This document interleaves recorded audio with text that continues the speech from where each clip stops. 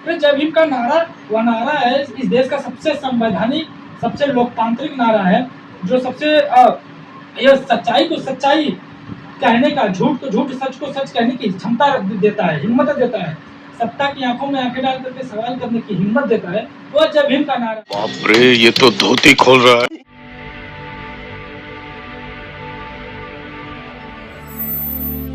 चाहिए शुभंकर मिश्रा बार बार कह रहे वहाँ जैसे जय भीम बोलने जा रहा है, समझा जय भीम से क्यों जलन है? एक्चुअली इन लोगों को जय भीम से इसलिए जलन है क्योंकि इनकी जो पुरुषवादी, जो मनुवादी जो व्यवस्था थी, उसको तो जय भीम ने तोड़ा, तो सबने जाना। अब जय भीम उस मूर्ख आदमी को, जो शुभंकर मिश्रा है, दुभंकर मिश्रा है, उसको दुख है इस बात का कि जय भीम का नारा क्यों लगता है, जय भीम के लोग फोटो क्यों दिखाते हैं।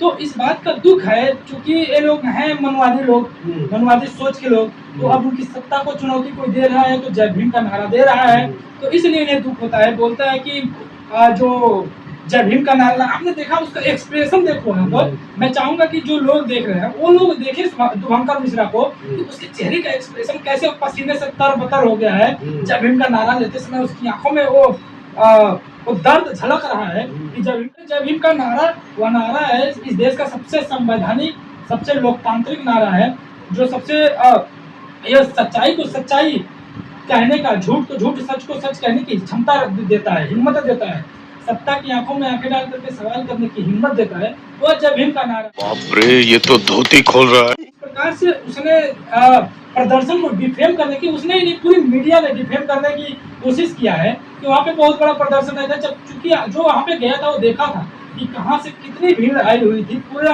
जंतर मंतर जाम हो गया था, उसके बावजूद ये लोग बोल रहे हैं कि वहाँ पे भीड़ नहीं थी और उसको डिफेम करने की कोशिश है। चूंकि शुभंकर मिश्रा जैसे लोग लगातार जय भीम को, संविधान को टारगेट करते हैं, जो राम भद्राचार्य है, काना अंधा, जो वो ऐसे लोगों को बैठा करके वहाँ पे इंटरव्यू करते हैं, तो उन्हें दर्द होता है। मेरा सवाल है, जय भीम तो देखो अमित शाह भी बोलते हैं, प्रधानमंत्री भी बोलते हैं, क्यों उनके अमित शाह ने बोला कि राहुल गांधी को जय भीम करते हो, इतना राम का नाम लेते हैं, अपने भाषण में जब इनको दिखाने के लिए बोलते हैं, हाँ दिखाने के लिए लोग बोलते हैं, अदरवाइज तो ये सब एक ही थाली के चट्टे बट्टे हैं। ये कोई मीडिया में चला गया है, कोई राजनीति में चला गया है, और सब एक दूसरे कब्जा करके सिस्टम पे बैठे हुए हैं। मतलब आपका ये है कि दिखावा है, दिखावा है जो शुभंकर मिश्रा ने किया है, जो बाबा साहब अम्बेडकर के नाम पे। मैं कह देना चाहता हूँ कि तुम्हें चैलेंज करता हूँ मैं कि जो तुमने प्रोटेस्ट को डिफेम करने की कोशिश किए हो, तुम आकर के डिबेट कर लो। हम तुमसे डिबेट करना चाहते हैं, तुम कहीं भी आकर के डिबेट कर लो, तुम अपने 1000 लोगों को लेकर जाओ, मैं अकेले आऊंगा, तुमसे हम डिबेट करेंगे, हम बताएंगे कि इस देश का संविधान क्या है, इस देश के जय भीम के नारा क्या है, जय भीम का नारा क्या देता है। जय भीम का नारा हुआ है जो मोदी जी को 400 पार की बातें करते थे 240 पे ला करके रोक देता है। जय भीम का नारा यह है, जो लोग बोलते थे कि हम नॉन बायोलॉजिकल हैं, जय भीम की नारे की वजह से उन्होंने चॉप्टर चुना, उन्होंने बोला कि मैं भी इंसान हूँ, गलतियां हो जाती हैं, तो भगवान समझने वाले व्यक्ति को भी इंसान बना दिया।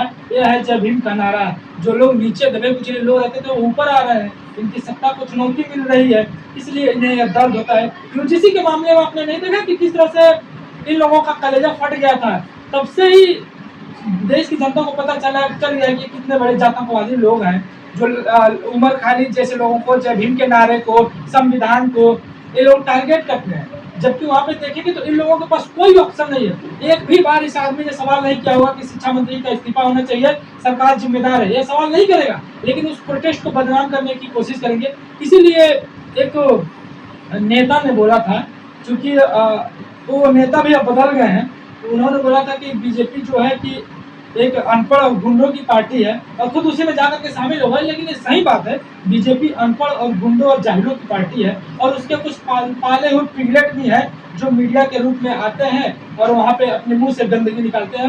एक्चुअली गोदी मीडिया भैंस की जो है कि वो समझ रहे हैं वही है। तो जब भैंस खुलेगी तो गोबर करेगी, जब भैंस पूछ उठाएगी तो गोबर करेगी, तो भैंस की वही पूछ है।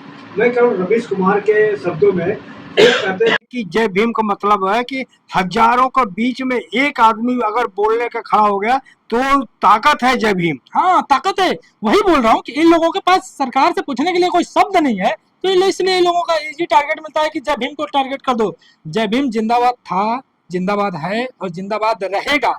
तुम नहीं रहोगे, जय भीम रहेगा। तुम्हारे कई पीढ़ियां आने वाली सदियों तक आएंगी जाएंगी, लेकिन जय भीम अडिग था, अडिग रहेगा। जय भीम अचर है, अमर है। चलो, धन्यवाद।